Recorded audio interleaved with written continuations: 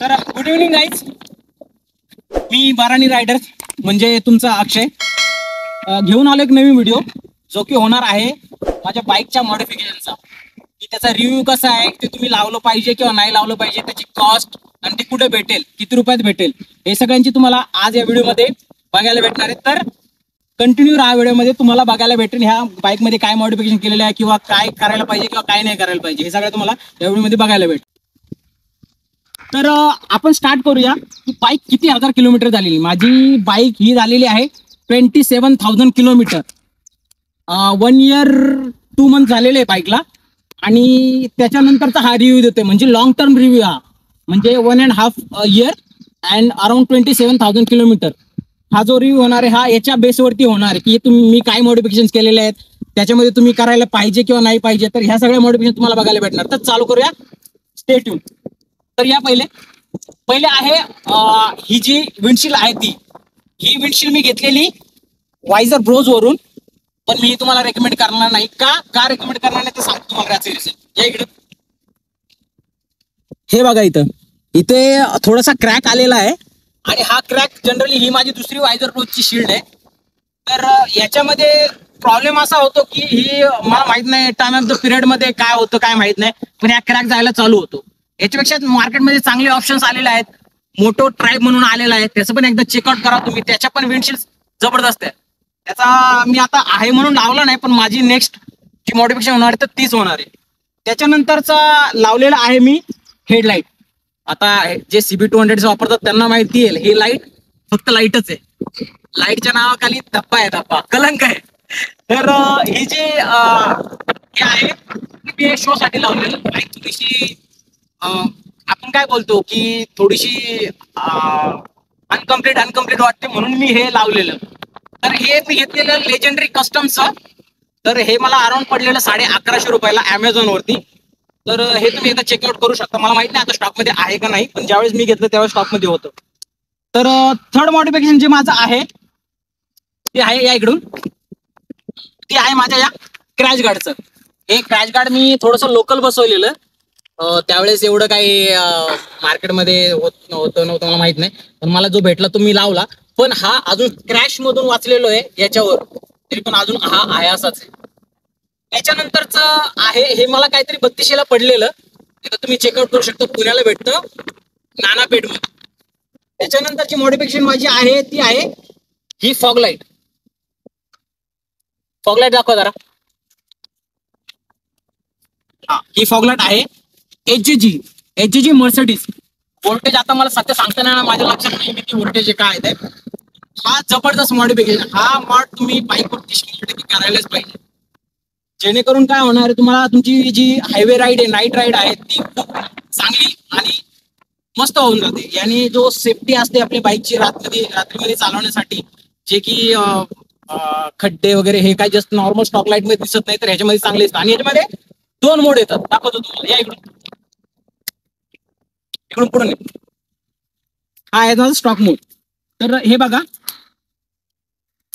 Generally मी चालवताना ह्या मोडवरती चालवतो आणि जर हायवेला असेल तर मी हा मोड ऑन करतो. याचा थ्रो अजून पण जबरदस्त आहे की ऑलमोस्ट 1.5 year झाले. रफ टेरेन, रेन, खूप मोठ्या रेन मध्ये बाईक मी चालवलेली, पण मला कधीच काही प्रॉब्लेम दिलेला नाही फॉग लाईटने तरी. त्याच्यानंतरचं जे मॉडिफिकेशन आहे माझं बॉटल होल्डर. ज्यावेळेस हे नव्हतं ना, त्यावेळेस माझ्याकडे हे होतं. पण टाइम ऑफ द पिरियड मी हे बाय केलं आणि त्याच्यानंतर मला याची गरज नाही लागली. तर मर्सिडीजच्या ज्या फॉग लाईट होत्या त्या होत्या 2200. आणि हा जो बॉटल होल्डर आहे हा मला भेटलेला काहीतरी 400-500 रुपयामध्ये भेटलेला अमेझॉन वरून. त्याच्यानंतर ते आहे इकडं. त्याच्यानंतरच हा दाखवता आलं तर दाखवा. काढतो. हा BHDDP चा मोबाईल होल्डर आहे. 700च्या अराउंड येतो. हा पण चांगला आहे. व्हायब्रेशन डॅम्पनर वगैरे आहे याच्यामध्ये, तर हा पण चांगला आहे. त्याच्यानंतर आहे त्याच्या खाली लावलेला GPS माउंट. तो पण लेजेंडरी कस्टमचाच आहे, LC आम्ही म्हणतो त्याला.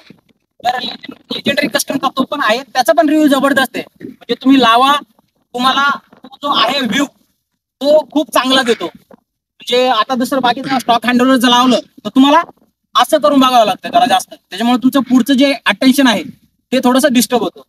त्याच्यानंतरच आहे माझे हँडल बार रायझर. दाखवा हे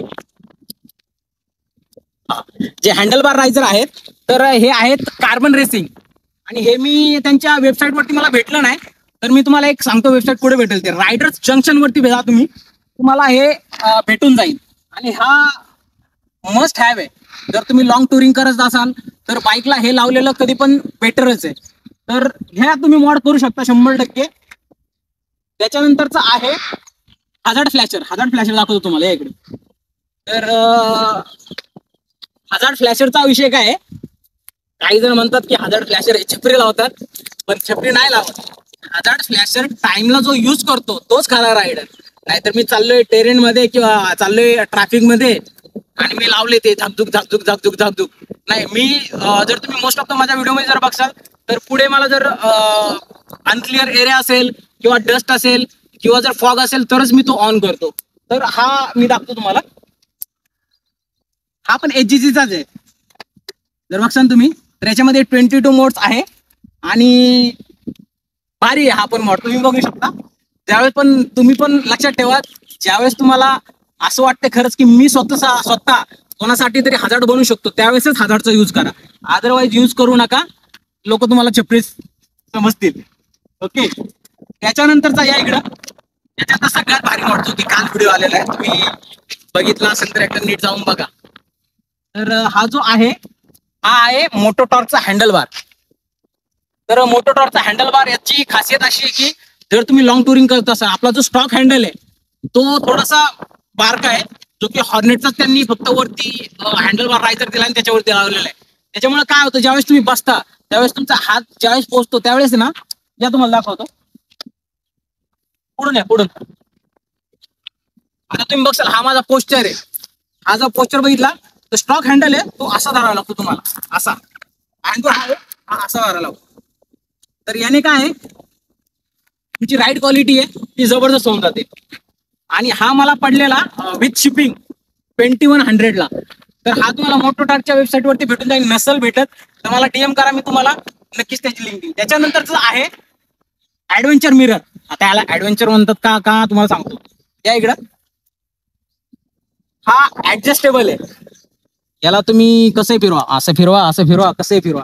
आणि ह्याला एकदा पॅक केला तर पॅकच राहतो. त्याला तुम्हाला एकदा लावला की नंतर चेक करायची गरज नाही. पण याने काय होतं, तुम्ही ज्यावेळेस क्रॅश होता, जो आपला स्टॉक आहे तो तुटण्याची किंवा ब्रोक होण्याची शक्यता असते, तसं हा होत नाही. हा बेंड होतो किंवा काय होतो, पण हा परत जागेवरती येऊन जातो. आणि हा लावायचं कारण म्हणजे ह्याचा जो व्ह्यू आहे, जो बॅक साईडचा व्ह्यू आहे, जो ब्लाइंड स्पॉट जो आपल्या स्टॉक मिरर मध्ये आहे, स्टॉक मिरर जो आहे तो तुम्ही चेक करा एकदा. जर तुम्ही लॉंग राईड करत असाल तर ऍडव्हेंचर मिरर हा तुम्ही लावलाच पाहिजे. कारण याने बेनिफिट सांगतो तुम्हाला याचा, की याने ब्लाइंड स्पॉट हा किल होतो डायरेक्ट. तुम्हाला ब्लाइंड स्पॉट मागे काय राहत नाही.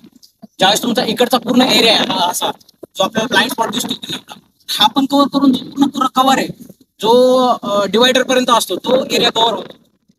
त्याच्यानंतर आहे मॉडिफिकेशन, ते आहे माझं सॅडल स्टे. सॅडल स्टे हा बघशाल तर माझा हा तिसरा सॅडल स्टे. आणि तिसऱ्या सॅडल स्टे अशासाठी की पहिले जे सॅडल स्टे लावलेले ते 2 मेकॅनिकच्या चुकीमुळे तुटले, लिटरली तुटले. त्याच्यामुळं थर्डला मी स्वतः उभा राहून तो इन्स्टॉल करून घेतलेला आहे. हा जो आहे हा आहे बँडिटो स्पिट्सचा लेजेंडरी कस्टम बिल्ड. तर हा मला पडलेला 5180 रुपयाला. आता तुम्ही अमेझॉनला चेक करा, अमेझॉनला तुम्हाला भेटून जाईल. त्याच्यानंतरचा आहे मॉडिफिकेशन हा टॉप बॉक्स. हा जो टॉप बॉक्स आहे तो मी लावलेला अराउंड समथिंग 1 इयर झाले त्याला सुद्धा. तर हा मला पडलेला ऑफरमध्ये होता त्यावेळेस 7500ला. हा आहे JB रेसिंगचा. तर JB रेसिंगचा टॉप बॉक्स असा आहे की हा ॲल्युमिनियम बिल्ड आहे आणि याच्यामध्ये तुम्ही काही पण कसं पण मटेरियल, किती पण मटेरियल नेऊ शकता. ऑलमोस्ट मी तर याच्यामध्ये तरी 16 ते 17 किलोपर्यंत, ज्यावेळेस माझी IBWची राईड आहे त्याचा व्हिडिओ लवकरच येणार आहे. आणि पुढचा व्हिडिओ होणार आहे आपला पुणे टू हम्पीचा. नक्की ट्यून राहा, तो पण जबरदस्त व्हिडिओ झालेला आहे, तो पण तुम्हाला लवकरच बघायला भेटेल. हा मी याच्यासाठी टाकतो की हे तुम्हाला लावायला पाहिजे की नाही. आता हे तुमच्यावरती डिपेंड आहे, तुम्ही लावू शकता किंवा नाही लावू शकत. तुम्हाला जर मोठं काही हे न्यायचे आहेत, लगेज वगैरे न्यायचंय, सिक्युअर लगेज ठेवायचंय, तर तुम्ही याच्यासाठी हे प्रेफर करू शकता. त्याच्यानंतर ते एक लास्ट मॉडिफिकेशन माझं राहिलेलं आहे, ते तुम्हाला सांगायचं राहिले. तर ते आहे HT एक्झॉस्टच्या फुटपॅक. हा 2 फुटपॅक भेटतात पेअर मध्ये. ह्या पण तुम्ही जर तुमच्या बाईकवर मागे, आता मी मॅरिड आहे ओके, तर मग माझी वाईफ वगैरे बसते मागं, तर तिच्यासाठी ज्यावेळेस तुम्ही सिंगल फुटपॅक लावता त्यावेळेस त्यांना मागच्या पिलियनला सुद्धा, तर मग हे मी लावलं होतं.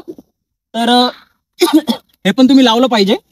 तर याचा आहे 1000 रुपीजला पर पेअर भेटतो आपल्याला, 1000 रुपीज मिळतो. याच्यासोबत तुम्हाला बोल्टिंग ऍक्सेसरीज भेटत नाही, ते तुम्हाला वेगळ्या परचेस करावं लागतं. HTच्या तुम्हाला ऑफिशियल वेबसाईटवर CB200X साठी नक्कीच भेटूनच जाईल. तर हा होता ओव्हरऑल माझ्या बाईकचा रिव्ह्यू. तर नक्कीच आता याच्या पुढचा जो मॉड होणार आहे, तर तो तुम्ही ट्यून राहा, मी तो नक्की व्हिडिओत आणेल. पण थोडंसं काम चालू आहे त्याच्यामुळे मी सध्या आता रिव्हील करत नाहीये. तर तुम्ही 10-15 दिवसात तुम्हाला नक्कीच बघायला भेटेल. आणि तो एक जबरदस्त मॉड होणार आहे. एक लास्ट मॉडिफिकेशन नाही म्हणता येणार, पण जर बघता आलं तर बघता येईल. ही माझी की आहे, ऍक्च्युली CB200X ची की नाहीये, पण माझी इच्छा होती. तर मला हे शोरूमवाल्यांनी गिफ्ट केलेली आहे की यार सर, तुम्ही आमच्या शोरूम मधून पहिली CB नेली, तर तुमच्यासाठी हे आमच्याकडून एक गिफ्ट. तर हे गिफ्ट त्यांनी मला दिलेलं. बाकी तर मग हे झालं एक लास्ट राहिला, जे की मॉड नाही म्हणता येणार, पण ठीक आहे, तुम्ही एकदा चेकआउट करू शकता. जर तुम्ही कंटेंट क्रिएटर असाल तर हे मोस्ट बाईंग ऍक्सेसरीज आहे तुमच्यासाठी. आता जे माझे फ्रंट फेसचे वगैरे व्हिडिओ येतात, तर ते ह्या कॅमेरा होल्डरने येतात. आणि हे तुम्हाला Amazonवरतीच भेटेल. मोटोवोल्फचं आहे, काहीतरी 800 रुपयाला.